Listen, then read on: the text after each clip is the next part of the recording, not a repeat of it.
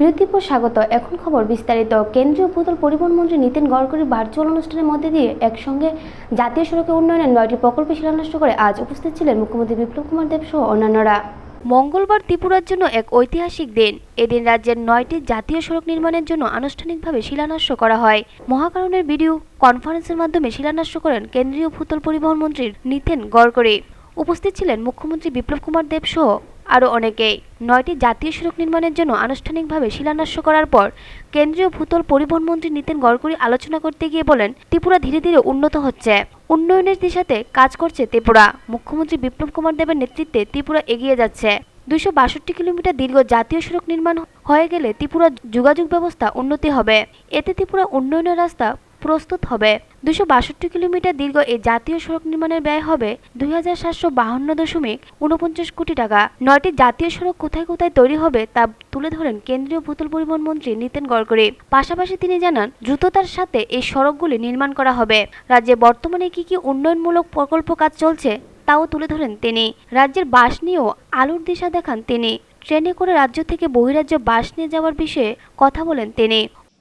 जो त्रिपुरा के विकास के लिए बहुत कटिबद्ध है। आज 2,752 करोड़ रुपए की लागत से करीब 262 किलोमीटर की नौ परियोजना के काम उसका शुभारंभ हो रहा है। सबसे पहले मैं आप सबको आश्वस्त करूंगा कि ये पूरा काम 1.5 साल में करने का लक्ष्य हमने सामने रखा है और 1.5 साल में ये काम पूरा करने से त्रिपुरा की तस्वीर बदल जाएगी, ये मेरा विश्वास है।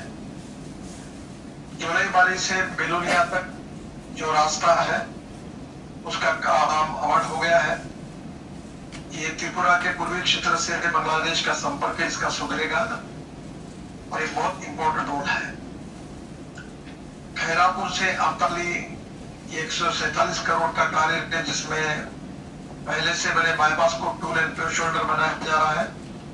इससे आसाम से आने वाला ट्रैफिक अगरतला शहर के बाहर निकल कर जाएगा।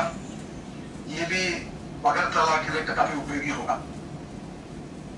कैलाश शहर से ग्वारघाट ये करीब 278 करोड़ रुपए का काम कार्य है। 2 जिलों के बीच में सीधी कनेक्टिविटी इसके कारण हो जाएगी। अगरतला से खोवाई ये करीब 481 करोड़ रुपए का कार्य है और अगरतला से कोबिताल तक सड़क बनने से त्रिपुरा सभी बीच में हमारे बन जाए।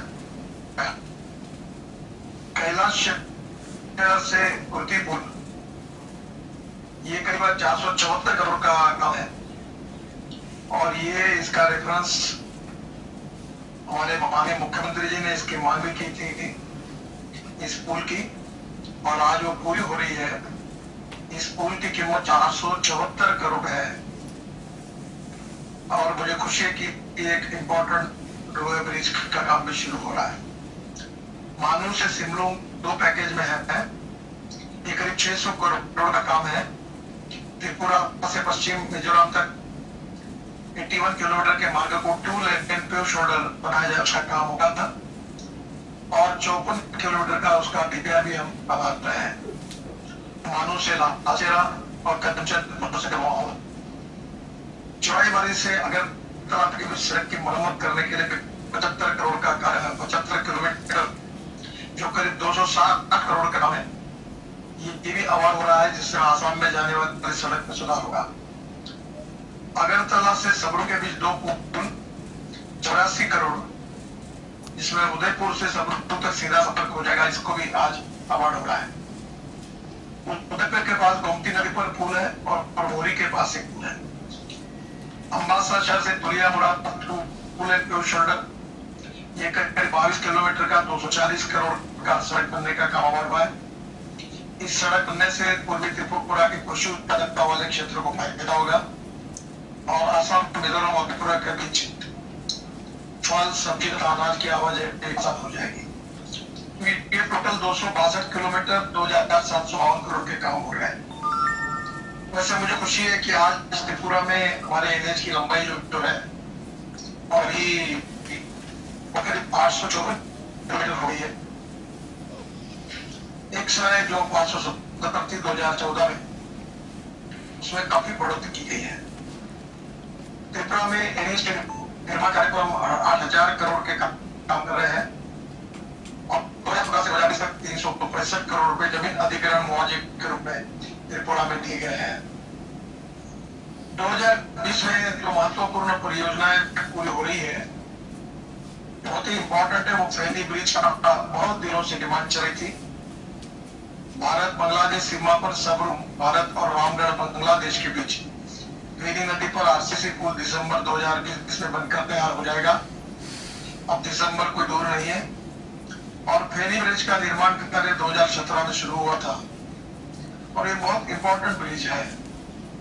130 करोड़ रुपए लागत से करीब 2 किलोमीटर का ये ब्रिज सामाजिक, आर्थिक और सामरिक दृष्टिकोण में काफी महत्व देता है। सबरूम से चिटगांव पोर्ट की दूरी 75 किलोमीटर है और इस ब्रिज से बनने से चिटगांव पोर्ट और कलकत्ता पोर्ट के से सामानों की आवाजाही आसान हो जाएगी। इससे त्रिपुरा का आर्थिक विकास करने में ये ब्रिज एक्सपोर्ट इंपोर्ट के हिसाब से बहुत उपयोगी होगा। सबरूम के पास आईसीपी इंटीग्रेटेड चेक पोस्ट भी प्रस्तावित है। यही RTT freight, shipment, logistic hub बनाने की योजना है और इससे दो देशों के बीच में आर्थिक कारोबार बड़े प्रमाण पर पड़ेगा। उदयपुर से अगरतला मार्ग जो है त्रिपुरा से तीनों तरफ बांग्लादेश जुड़ा हुआ है और आसाम से त्रिपुरा होकर बांग्लादेश तक सड़क संपर्क को सुधारा गया है। उदयपुर से अगरतला तक 750 करोड़ की लागत से 49 किलोमीटर टू शोल्डर सड़क का निर्माण काम नवंबर 2020 तक हो जाएगा और अगरतला से सबरूम तक 142 किलोमीटर तक का निर्माण का काम पूरा हो गया है। सबरूम से उदयपुर तक का काम 2017 में ही पूरा हो गया था। जो आदरणीय जितेंद्र सिंह जी ने और मुख्यमंत्री जी ने किया है, उन सब बातों की तरफ बहुत गंभीरता से पूरा करने के पीछे हमारा ध्यान है। मैं आज घोषणा करता हूं कि त्रिपुरा में करीब 367 किलोमीटर की लागत की 4 परियोजना का डीपीआर तुरंत बनाने के आदेश में दे रहा हूं, जिसकी लागत 7,523 करोड़ रुपए है। उन परियोजना का नाम है खोवाई तेलियामुरा हरिना 115 किलोमीटर, इसकी कीमत है 1300 करोड़ और इसका दिसंबर 2020 तक डीपीआर बन जाएगा और आने वाले साल में इस रोड के कार्य का शुभारंभ होगा, ये विश्वास मैं देता हूँ। मनु सिमलू 55 किलोमीटर 1004 करोड़ का रोड है, इसका भी दिसंबर तक डीपीआर पूरा हो जाएगा और इसी आने वाले साल में इसको अवार्ड करके इसका काम शुरू किया जाएगा। अगरतला में नए बाईपास का 25 किलोमीटर 1000 करोड़ का काम है, वो दिसंबर 2020 में इसका डीपीआर बन जाएगा और बाद में तुरंत आने वाले साल में ये काम अवार्ड हो जाएगा। यह बाईपास भारतमाला परियोजना में बनाया जा रहा है। इससे बनने से एयरपोर्ट से त्रिपुरा सुंदरी माता मंदिर जाने वालों को आसानी हो जाएगी। चौधराई वाली से अगरतला ये बहुत इंपॉर्टेंट इकोनॉमिक कॉरिडोर है और इसका डीपीआर जनवरी 2021 के पहले बन जाएगा। ये 172 किलोमीटर का है और इसकी कीमत 4,300 करोड़ रुपए है। मैं आदरणीय मुख्यमंत्री जी और त्रिपुरा की जनता और आदरणीय जितेंद्र सिंह जी को आश्वस्त करना चाहता हूं कि 367 किलोमीटर के 7,523 करोड़ रुपए के ये काम ये आने वाले साल में शुरू करने का हमारा प्रयास होगा, जो पूरी त्रिपुरा की तस्वीर को बदल देगा। त्रिपुरा में और एक बात है कि हमारी जो NHIDCL है वो बहुत अच्छा काम कर रही है। उसमें हर जगह बस पोर्ट बना रही है, पार्किंग प्लेसेस बना रही है, 10-10, 15-15 फ्लोर के पार्किंग बनाने के काम उनको मिले हैं और इसीलिए एयरपोर्ट की तरह बस स्टेशन भी सभी तरह उनकी सुविधा मिले, इसके लिए बस पोर्ट देश में निर्माण करने की जिम्मेदारी NHIDCL को सौंपी गई है। त्रिपुरा के उदयपुर सिटी में बस पोर्ट बनाने की योजना है, इसका डीपीआर बनाया जा रहा है। बस मोड में बनने वाली व्यावसायिक दुकानों में 10% दुकानें स्थानीय MSME लोगों को दी जाएगी और बस पोर्ट में साफ टॉयलेट, यात्री प्रतीक्षालय, टिकट काउंटर, रेस्टोरेंट, बसों, कारों और मोटरसाइकिल अलग पार्किंग की सुविधा होगी। इससे त्रिपुरा की इकोनॉमी बदल जाएगी। और दूसरी महत्वपूर्ण बात यह है कि एयरपोर्ट और गाड़ियां उसको अपने इसके साथ त्रिपुरा का औद्योगिक विकास और शक्ति विकास और त्रिपुरा के युवा को रोजगार कैसे मिले, यही सबसे प्राथमिकता है। अभी त्रिपुरा से जो सब्जियां है वो भी आप देश में बेच सकेंगे, लेकिन किसान ऋण शुरू कर सकते हैं, तो जरूर देखिए त्रिपुरा में क्या क्या होता है, क्या हम ले सकते हैं। एक नई प्रकार की त्रिपुरा के विकास की विजन, त्रिपुरा 2050, ऐसा एक विजन 30 साल की तैयार करके हम सब क्षेत्र में काम करने के लिए मैं आदरणीय मुख्यमंत्री जी और आदरणीय सिंह जी से अनुरोध करूंगा। অপরদিকে মুখ্যমন্ত্রী বিপ্লব কুমার দেব আলোচনা করতে গিয়ে বলেন, আগে রাজ্যে একটি মাত্র জাতীয় সড়ক ছিল চুরাইবাড়ি থেকে আগরতলা পর্যন্ত, মাঝে 3টি পাহাড়ি এলাকায় রয়েছে। বৃষ্টি হলে এই জাতীয় সড়ক বন্ধ হয়ে যায়। বর্তমানে বিকল্প সড়ক তৈরি করা হচ্ছে। এই সড়ক তৈরি হয়ে গেলে দূরত্ব যেমন কমবে তেমনি সময়ও কম লাগবে। বিকল্প সড়কের মাঝে পাহাড়ি এলাকায় নেই, এতে কিছুটা সুবিধা হবে। তবে বিকল্প সড়কের মাঝে অর্থাৎ খোয়াই থেকে কৈলাসহর জায়গা থেকে অনুমতি না পাওয়ার কিছুটা বিলম্ব হচ্ছে। তাই এই বিষয়ে গুরুত্ব সহকারে দেখার জন্য কেন্দ্রীয় মন্ত্রী নীতিন গডকরির নিকট আবেদন জানান। তিনি আরও জানান, আগরতলা থেকে চুরাইবাড়ি জাতীয় সড়ক 4 লেনে উন্নতিকরণের জন্য ডিপিআর তৈরি করা হয়ে গেছে। আমতলী বাইপাস থেকে এয়ারপোর্ট পর্যন্ত সড়কের জন্য ডিপিআর তৈরি করেছে NHIDCL। এই কাজগুলিকে ত্বরান্বিত করার জন্য কেন্দ্রীয় মন্ত্রী নীতিন গডকরির দৃষ্টি আকর্ষণ করেন মুখ্যমন্ত্রী আরও বলেন, এদিন 9টি প্রকল্পের শিলান্যাস করা হয়েছে। এই 9টি প্রকল্পের ব্যয় হবে 2752.49 কোটি টাকা। ত্রিপুরা ইতিহাস এত বড় প্রকল্প আগে নেওয়া হয়নি। 1.5 বছরের মধ্যে এই প্রকল্পগুলি বাস্তবায়িত করা হবে। এই সড়ক নির্মাণ হয়ে গেলে ত্রিপুরার চিত্র পাল্টে যাবে। মুখ্যমন্ত্রী এদিন আলোচনা করতে গিয়ে কেন্দ্রীয় মন্ত্রী নীতিন গডকরির কাছে জায়গা থেকে 90 কোটি টাকার একটি প্রকল্পের অনুমোদন চেয়েছিলেন। কেন্দ্রীয় মন্ত্রী নীতিন গডকরির সাথে 7552 কোটি টাকার প্রকল্পের ঘোষণা করে দিয়েছেন বলে জানান মুখ্যমন্ত্রী। 9টি প্রকল্পের ব্যয় হবে 2752.49 কোটি টাকা। তার সাথে জমি অধিগ্রহণের জন্য টাকা আসবে। এতে ত্রিপুরার মানুষ লাভবান হবে, ত্রিপুরার অর্থনীতি চাঙ্গা হবে। রাজ্যে যথেষ্ট পরিমাণে প্রাকৃতিক গ্যাস রয়েছে। কিছুদিনের মধ্যে সিএনজি স্টেট ত্রিপুরা ঘোষণা করা হবে। সেই দিশাতে রাজ্য সরকার কাজ করছে বলে জানান মুখ্যমন্ত্রী। তিনি আরও জানান, বিভিন্ন জায়গায় নতুন নতুন সিএনজি স্টেশন তৈরি করা হচ্ছে। রাজ্যে সর্বত্র সিএনজি লাইন পৌঁছে দেওয়ার লক্ষ্য কাজ চলছে। রাজ্যে পরিবহন ব্যবস্থার উন্নয়নের সাথে কেন্দ্রীয় ভূতল পরিবহন মন্ত্রী নীতিন গডকরি এদিন আসাম থেকে ইথানল নিয়ে এসে যানবাহন চালানোর জন্য উপর জোর দেন। মুখ্যমন্ত্রী আলোচনা করতে গিয়ে বলেন, এই বিষয়ে ভেবে দেখা হবে। যদি এতে পরিবহন ক্ষেত্রে ব্যয় হ্রাস পায় তাহলে তা করা হবে। देखिए, त्रिपुरा को सर्वश्रेष्ठ त्रिपुरा बनाना है और माननीय नितिन गडकरी जी इस विषय में कटिबद्ध हैं। मुझे बहुत गर्व होता है जब विधायक बनने के बाद मुझे मुख्यमंत्री के नाते चुना जाएगा। वो दायित्व भी उनके पास ही थे, पार्लियामेंट्री बोर्ड में दिया था और आप त्रिपुरा आए और मुख्यमंत्री के नाते मेरे को काम करने का निर्णय जो पार्लियामेंट्री बोर्ड ने लिया है, तो आपके माध्यम से त्रिपुरा में मुझे काम करने का मौका मिला है और मैं कोशिश करता हूँ उस दिशा में काम करने की। देखिए, मैं नितिन गडकरी जी की बहुत बहुत आभारी हूँ। जब भी मैंने त्रिपुरा के डेवलपमेंट के लिए उनसे कुछ मांगा तो उससे ज़्यादा ही कुछ मिला। आज भी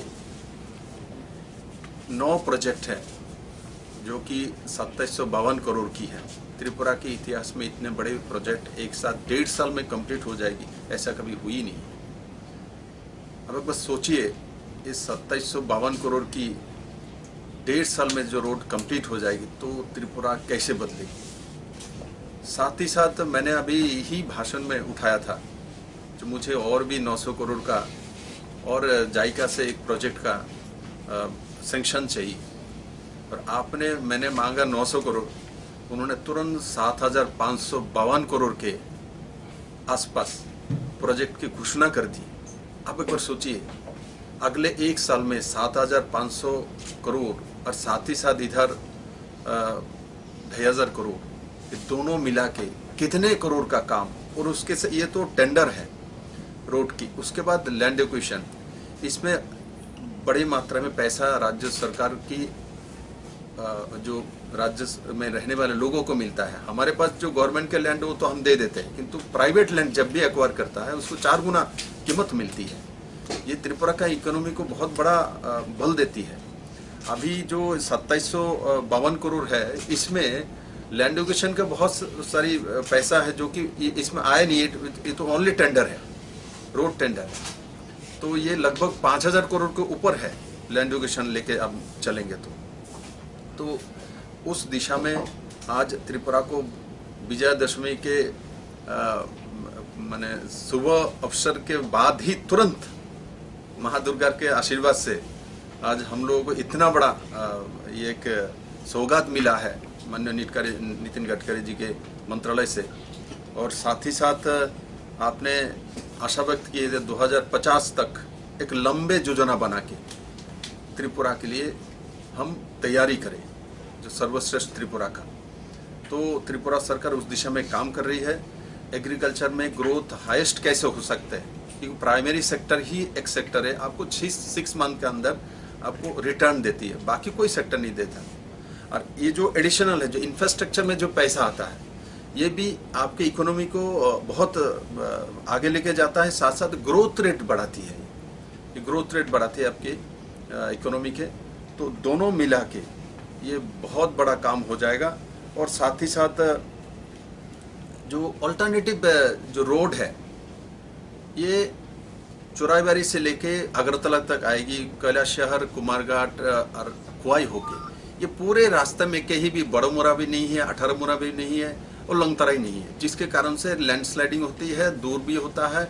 और ये 40 किलोमीटर कम हो जाएगी डिस्टेंस, 40 किलोमीटर। अभी 200 किलोमीटर है चोराईबारी तक, ये 160 किलोमीटर हो जाएगी।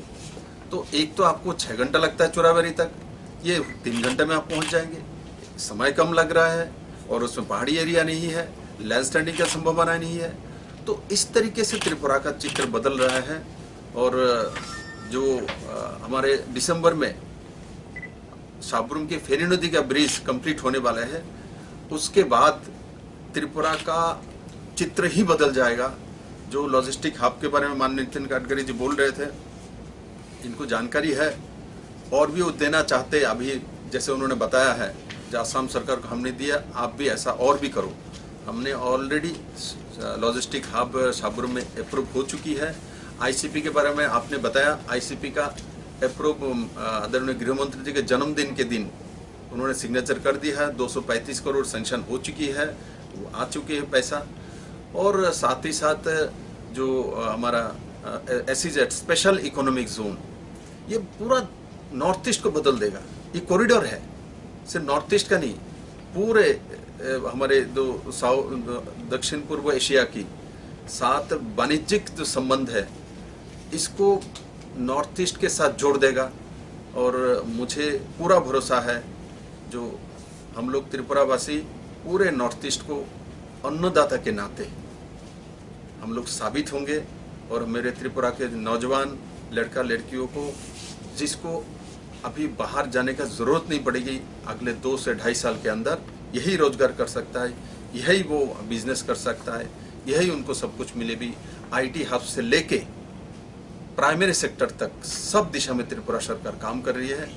तो मुझे आप लोगों के माध्यम से त्रिपुरा के सभी नौजवानों को मैं बधाई देना चाहता हूँ।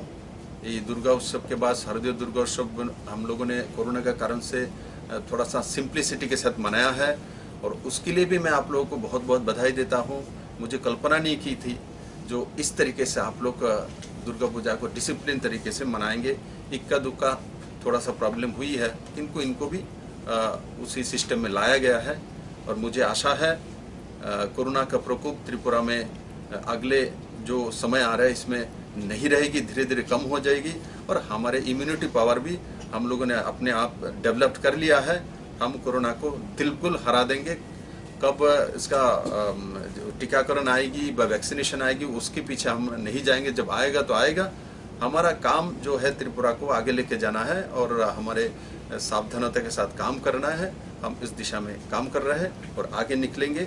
और माननीय प्रधानमंत्री जी की और माननीय नितिन गडकरी जी ने जो आशा व्यक्त की है, त्रिपुरा निश्चित उस दिशा में जाएगी और नॉर्थ ईस्ट के कॉरिडोर बनेगी। অনুষ্ঠানের ভিডিও কনফারেন্সের মাধ্যমে উপস্থিত ছিলেন কেন্দ্রীয় মন্ত্রী বিকে সিং, ডোনার মন্ত্রকের মন্ত্রী জিতেন্দ্র সিং, সাংসদ প্রতিমা ভৌমিক, সাংসদ রেবতী কুমার ত্রিপুরা সহ প্রশাসনিক আধিকারিকরা। ব্যুরো রিপোর্ট, খবর ত্রিপুরা। আবারও খবরের শিরোনামে রাজ্যের স্বাস্থ্য ব্যবস্থা। জিবি ডায়ালিসিস পরিষেবা নিয়ে ক্ষোভ জানান রোগীর আত্মীয় পরিজনরা। জিবি ডায়ালিসিস পরিষেবা নিয়ে ক্ষোভ জানান রোগীর আত্মীয় পরিজনরা। তাদের অভিযোগ, একাধিক ওষুধ তাদের কিনে নিতে হচ্ছে। আগে এই ওষুধ একটা বড় অংশ সরকারিভাবে প্রদান করা হতো, কিন্তু বর্তমানে সেই ওষুধ দেওয়া বন্ধ করে দেওয়া হয়েছে। এই সমস্ত ওষুধগুলি বাজার থেকে চড়া দামে কিনতে হচ্ছে জিবিতে ডায়ালিসিস পরিষেবা নিতে আসা রোগী আত্মীয় পরিজনদের। কোনো সময় এই ওষুধ কিনতে হচ্ছে কালোবাজারে। রাজ্যের নানান প্রান্ত থেকে ডায়ালিসিস পরিষেবা নিতে আসেন রোগীরা। একই ডায়ালিসিসের জন্য দিন পাওয়া মুশকিল, তার উপর রয়েছে গাড়ি ভাড়া। এর সঙ্গে ওষুধের এই অবস্থা আত্মীয় পরিজনদের অবস্থা করুণ বলে জানান। বিনামূল্যে পরিষেবা দেওয়ার কথা থাকলেও তা সঠিকভাবে দেওয়া হচ্ছে না বলে অভিযোগ জানান রোগীর আত্মীয় পরিজনরা। আগামী দিনে কিভাবে তাদের রোগীদের ডায়ালিসিস দিতে পারবেন এই নিয়ে উদ্বিগ্ন তারা। প্রধানমন্ত্রী ডায়ালিসিস যোজনা থেকে বর্তমান জিবিতে বিনামূল্যে কোনো পরিষেবা দেওয়া হচ্ছে না বলে অভিযোগ আত্মীয় পরিজনদের। আগে ফ্রি পাইছি আর এখন ডায়ালিসিস আজকে তো কিনে আনলাম 1700 টাকা, আর হেপারিন 350 টাকা করে সেটা কিনো লাগতেছে। ইঞ্জেকশনটা 2500 টাকা কিনো লাগতেছে। নিজেরা কিনে দেওয়া লাগতেছে। ডায়ালিসিস পরিষেবা তো সব বিনামূল্যে, এখন নিজেরা থেকে কিনে দেওয়া লাগতেছে। এদিকে আমরা আজকে ডায়ালিসিস আজকে 5-6 মাস ধরে সেটা হেপারিন নাই, তারপরে এখন ডায়ালিজার নাই, আবার হিমোগ্লোবিন ইঞ্জেকশন শেষ হয়ে গেছে। তারপরে যখন এদিকে বিনামূল্যে ডায়ালিসিস পরিষেবা আছে যে, তা তো আমরা সব কিছু কিনা দেওয়া লাগতেছে। আবার আমরা অনেক দূরের থেকে আইতেও খুব অসুবিধা হইতেছে, গাড়ি ভাড়া খুব কষ্ট হইতেছে আর কি। সেটা যোগাযোগ করতে আপনার বিগত 7-8 মাস যাবত আপনার হেপারিন ইঞ্জেকশনটা এখানে নাই। হ্যাঁ, আমরা অনেকবার এমএসে জানাইছি, জানার পরে তারা এইখানে যে স্টোর কিপারে জানাইছি, তারা বলতে আসছে যে আমরা তো এখান থেকে রিপোর্ট পাঠাইছি, কিন্তু এখানে মাল আইতাছে, ঠিক আছে। তারপর আপনার হিমোগ্লোবিন একটা ইঞ্জেকশন, হ্যাঁ, এইখান থেকে ফ্রি পাওয়া যেত। সাধারণ লোক মার্কেট থেকে 2500 টাকা কি করে যেন 2500 টাকা কিনে ফেলে যায়, কিন্তু প্রধানমন্ত্রী যোজনা এখানে পুরো ফ্রি আছে, ঠিক আছে। প্রধানমন্ত্রী যোজনা এখানে ফ্রি আছে, কিন্তু সাধারণ লোক সেই কারণে ডায়ালিসিস করতে হতো। এখন একটা ডায়ালিসিসের দাম আপনি 1700 টাকা মার্কেট থেকে কিনলে সাধারণ লোকের কিনে আনা সম্ভব হইতেছে না। হ্যাঁ, যেই কারণে অনেকে ডায়ালিসিস করতে পারতেছে না, আইতাছে যেতে হবে। কী করবো, তারা তখন কীভাবে এই জিনিসগুলো কিনে আনবে? এটাই ব্যুরো রিপোর্ট, খবর ত্রিপুরা। শান্তিরবাজার মহকুমার কোয়াইফাং এডিসি ভিলেজের নবরমবাড়ির রাস্তার পাশে দেখা গেল এক সদ্যজাত শিশুর মৃতদেহ। কোয়াইফাং এডিসি ভিলেজের নবরমবাড়ির রাস্তার পাশে দেখা গেল এক সদ্যজাত শিশুর মৃতদেহ। আজ সকাল আনুমানিক 9 ঘটিকায় শান্তিরবাজার মহকুমার অন্তর্গত কোয়াইফাং এডিসি ভিলেজের নবরমবাড়ি এলাকায় কোয়াইফাং দেবদারু যাতায়াতের রাস্তার পাশে এক সদ্যজাত শিশুর মৃতদেহ দেখতে পায় এলাকাবাসী। ঘটনা জানাজানি পর এলাকাবাসী এই বিষয়ে দেবদারুফাড়ি থানার খবর দেয়। ঘটনার খবর পেয়ে দেবদারুফাড়ি থানার কর্তব্যরত কর্মীরা ঘটনাস্থলে উপস্থিত হয়ে সদ্যজাত শিশুর মৃতদেহ উদ্ধার করে জুলাইবাড়ি সামাজিক স্বাস্থ্যকেন্দ্রে নিয়ে আসে। এই বিষয়ে বাইখোড়া থানার ওসি রাজীব সাহা জানান, শিশুটি ময়নাতদন্তের জন্য করা হবে। অপরদিকে এ বিষয়ে একটি মামলা হাতে নিয়ে ঘটনা তদন্ত করবে পুলিশ। সদ্যজাত শিশুর মৃতদেহ উদ্ধার ঘটনার খবর ছড়িয়ে পড়ার সঙ্গে সঙ্গে সমগ্র এলাকায় তীব্র চাঞ্চল্য পরিবেশের সৃষ্টি হয়েছে। ব্যুরো রিপোর্ট, খবর ত্রিপুরা। শান্তিরবাজার মহকুমার জুলাইবাড়ি এলাকায় একই দিনে 2 ব্যক্তির মৃতদেহ উদ্ধার, এ নিয়ে চাঞ্চল্য ছড়িয়ে পড়ে এলাকা জুড়ে। জুলাইবাড়ি এলাকায় একই দিনে 2 ব্যক্তির মৃতদেহ উদ্ধার। ঘটনার বিবরণে জানা যায়, শান্তিরবাজার মহকুমার অন্তর্গত উত্তর জুলাইবাড়ি হাসপাতাল পাহাড় বাসিন্দা ফরিন্দ্র সরকারের বয়স 65। মৃতদেহ কলসিমুখ এলাকায় রাখাল রায় বর্মনের রাবার বাগানে দেখতে পায় এলাকাবাসী। জানা যায়, ফরিন্দ্র সরকার গতকাল দুপুর বাড়ি থেকে বের হয়েছে, পরবর্তী সময় আর বাড়িতে ফিরে যায়নি। অবশেষে আজ সকালবেলায় কলসিমুখ এলাকায় ফরিন্দ্র সরকারের মৃতদেহ দেখতে পায় এলাকাবাসী। অপরদিকে জুলাইবাড়ির আশ্রমপাড়ায় বাসিন্দা নিতাই ভৌমিক বয়স 62 এর মৃতদেহ পশ্চিম জেলাবাড়ির কৃষ্ণনগর জমিতে পড়ে থাকতে দেখে এলাকাবাসী। এই 2টি অস্বাভাবিক মৃত্যুর ঘটনার পর আরক্ষা দপ্তরের কর্মীরা মৃতদেহ উদ্ধার করে ময়নাতদন্তের জন্য বাইখোড়া প্রাথমিক স্বাস্থ্যকেন্দ্রে ও জুলাইবাড়ির সামাজিক স্বাস্থ্যকেন্দ্রে নিয়ে যায়। এই অস্বাভাবিক মৃত্যুর ঘটনার তদন্তে নেমেছে পুলিশ। এ নিয়ে সংবাদ মাধ্যমের সামনে জানান বাইখোড়া থানার OC Rajib Saha. Bureau report, খবর ত্রিপুরা। বোলেরো গাড়ি ও মোটর বাইকের মুখোমুখি সংঘর্ষে আহত এক। ঘটনা তেলিয়ামুড়া থানাধীন মানিকবাজার এলাকায়। বোলেরো গাড়ি ও মোটর বাইকের মুখোমুখি সংঘর্ষে আহত এক। ঘটনা তেলিয়ামুড়া থানাধীন তুইধামপুই মানিকবাজার এলাকায়। হদ্রে এলাকায় বাসিন্দা কর্ণ জমাতিয়া নিজ পালসার বাইক নিয়ে মানিকবাজার যায় কোনো কাজের জন্য। মানিকবাজার থেকে নিজ বাড়িতে ফেরার পথে TR04B1654 নাম্বারে বুলেরো পিকআপ গাড়ি মানিকবাজার যাওয়ার মাত্রই মোটর বাইকের সাথে সাথে মুখোমুখি সংঘর্ষ ঘটে। এতে গুরুতর আহত হয় মোটর বাইক চালক কর্ণ জমাতিয়া, বয়স 35, মোটর বাইক চালক কর্ণ জমাতিয়া, বয়স 25। পরে রাস্তার উপস্থিতিতে মানুষজন আহত যুবককে তড়িঘড়ি তেলিয়ামুড়া মহকুমা হাসপাতালে নিয়ে আসে। পরে আহত কর্ণ জমাতিয়াকে জিবি হাসপাতালে পাঠানো হয় উন্নত চিকিৎসার জন্য। এই সময় উত্তেজিত জনতা জল পরিবাহিত বুলেরো পিকআপ গাড়িটি আটক করে এবং গাড়ির চাবি ছিনিয়ে নেয়। হ্যাঁ, কীভাবে হয়েছে? हम तो गाड़ी चला गए, वो गाड़ी वो चला गए, वो बाइक चला गए, थोड़ा लागे जो स्पीड आएगा हम लोग को थोड़ा बाहर में मतलब अलग अलग चला के दे गए ना, मतलब हम कुछ नहीं मतलब पहले दूर से हम देखे मतलब बात आए उसको जाने के लिए। वो क्या पे थे? बाइक पे थे वो? हाँ हाँ वो बाइक पे है। अच्छा अच्छा, तो उसका नाम क्या है? कॉर्नो हाँ, कॉर्नो कॉर्नो क्या? कॉर्नो जमातिया। अच्छा, एज कितना है 24 हमको उसका? पिताजी का नाम क्या है? मालूम नहीं इसका, उसका घर कहाँ? मालूम नहीं नाम मेरा दोस्त है ना, बचपन का दोस्त है। अच्छा अच्छा, आप लोग पहचानते नहीं उसको? उसको तो पहचानते हैं, बचपन में दोस्त ना, उसको माँ बाप का हम पहचानते नहीं। अच्छा अच्छा। ব্যুরো রিপোর্ট, খবর ত্রিপুরা। দশমী রাতে দুটি দোকানের চুরির ঘটনা থেকে বিশালগড় নিউ মার্কেটে। দশমী রাতে দুটি দোকানের চুরি হলো বিশালগড়ের নিউ মার্কেটে। একটি পাল মিষ্টান্ন ভান্ডার এবং অপরটি মনোরমা ভ্যারাইটিস। মঙ্গলবার সকালে দোকান খুলে প্রথমে বিষয়টি বুঝতে পারেন মিষ্টি দোকানের মালিক পল্লাদ পাল। টিনের বেড়া কেটে পেছনের দিক দিয়ে চোরের দল ভেতরে প্রবেশ করে। নগদ 35,000 টাকা নেওয়ার পাশাপাশি প্রচুর পরিমাণে মিষ্টি নষ্ট করে দিয়েছে বলে জানান তিনি। অপরদিকে মনোরমা ভ্যারাইটিস থেকে চুরি হয়েছে কাশ পিতলের জিনিস সহ নানান সামগ্রী। মঙ্গলবার সকালে এই ঘটনা প্রকাশ্যে আসতে চক্ষু ছানাবড়া হয়ে যায় ব্যবসায়ীদের। ঘটনার খবর পেয়ে পুলিশ ছুটে আসে, চুরির মামলা হাতে নিয়ে তদন্ত নেমেছে। সকালে তো 10টা-11টা বাজে গেছি, 11টার সময় যাওয়ার পর সকালবেলা বন্যা মাইয়া দোকান সাটা তুলছে বিল্লার দিচ্ছে পিছন টাইটটা আরেক দোকান দিয়ে আমার দোকানে ঢুকছে, দোকানে ক্ষতি করছে। মানে মিষ্টি কিছু খাইছে রে বইয়া খাইছে, আর মানে ক্যাশও সবসময় 20,000 দামে বাংকে টাকা থাকে, হ্যাঁ টাকা নিয়ে গেছে। কি কিনেছে? এখন টাকা দিছে এমনি জিনিসপত্র কত টাকা ছিল কে? ও 20,000 টাকা। পুলিশ আসলো? পুলিশ কি বলছে? তারা দেখতে গেছে, তারা তদন্ত করবো, দেখতে গেছে বাধা চাকরি নিয়ে আইছে। কোনো সন্দেহ আছে? সন্দেহ নাই, আমার কিছু সন্দেহ নাই। কোনো মনে হয় কারে আমি তো ভাই সন্দেহ তো পুলিশে জিদা করে আগে তারা তদন্ত করে পাইলে মনে করো পুরসভা হয়ে গেছে। আপনার নাম? পল্লাদ পাল। দোকানের নাম? পাল মিষ্টি ভান্ডার।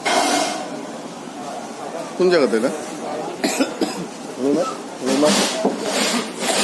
দোকানে চুরি হয়েছে কালকে রাতে। দোকান হলো হাটওয়াশ দোকান, আমার নাম নিতন পাল। আমার দোকানে কাশপিতল মাল আসলো কিছু, রেখে প্রায় অনুমানিক 170,000 মাল চুরি হয়ে গেছে। দরজা ভাঙছে, তারপরে মিষ্টি দোকানের পাশে বেড়া আসলো, টিনের বেড়া ভাঙ্গা দরজা ভেঙে আমার ঘরে ঢুকছে। তারপরে ক্যাশ ভাঙছে, এইদিকে দেখে মানে কিছু মাল আসলো, মাল নিয়ে গেছে। কেসে টাকা ছিল? টাকা ছিল, শুধুমাত্র ওই জিনিসপত্র নষ্ট হয়েছে, মাল কিছু চুরি হয়েছে। পুলিশ এসেছিল? হ্যাঁ আগে গেছে। কি কিছু? পুলিশে আমরা কিছু হয়ে গেছে না, নামটা লিখে নিয়েছি। নাম আপনার? রিটার্ন পাল। দোকানের নাম? Manorama varieties and hardwares. দোকানটা কোন জায়গায়? New market, Bishalgarh. Bureau report, খবর ত্রিপুরা। শারদীয় উৎসব সমাপ্ত হতে তেলিয়ামুড়া শহরে কৃষি নিয়ন্ত্রণ বাজারে খানাখন্দ আবর্জনা স্তূপ। কৃতপক্ষ বাজারে জমে থাকা আবর্জনা পরিষ্কার করার কোনো উদ্যোগ নিচ্ছে না বলে অভিযোগ। শারদীয় উৎসব সমাপ্ত হতেই তেলিয়ামুড়া শহরে কৃষি নিয়ন্ত্রণ বাজারে খানাখন্দ আবর্জনা স্তূপ। এমন ঘটনা তেলিয়ামুড়া শহরে কৃষি নিয়ন্ত্রণ বাজারে স্তূপ কৃতপক্ষ আবর্জনার দুর্গন্ধ সর্বত্র মম করছে। অথচ এই কৃষি নিয়ন্ত্রণের বাজারে পাইকারি ও খুচরো ব্যবসায়ীরা সবজি বিক্রি করে প্রতি সপ্তাহে সোম ও শুক্রবারে দুর্গন্ধময় জায়গায় বসে বিক্রেতারা তাদের সামগ্রী বিক্রি করতে আর হচ্ছে। অথচ বাজারটি পরিষ্কার পরিচ্ছন্ন এবং রক্ষণাবেক্ষণের জন্য কৃষি নিয়ন্ত্রণ বাজার কমিটি নামে একটি কার্যালয় রয়েছে। কার্যালয় কর্তৃপক্ষও আছেন, কিন্তু কার্যালয় কর্তৃপক্ষ এই বাজারে জমে থাকা আবর্জনাগুলি পরিষ্কার করার কোনো উদ্যোগ নিচ্ছে না বলে দীর্ঘদিনের অভিযোগ। জমে থাকা আবর্জনা স্তূপে নিত্যদিন ছাগল ও ভেড়ার দল ভিড় জমায়। পচা আবর্জনা এসব পশুরা ভক্ষণ করছে। এতে এইসব প্রাণীগুলির জীবনহানিও ঘটতে পারে বলে আশঙ্কা থেকে যায়।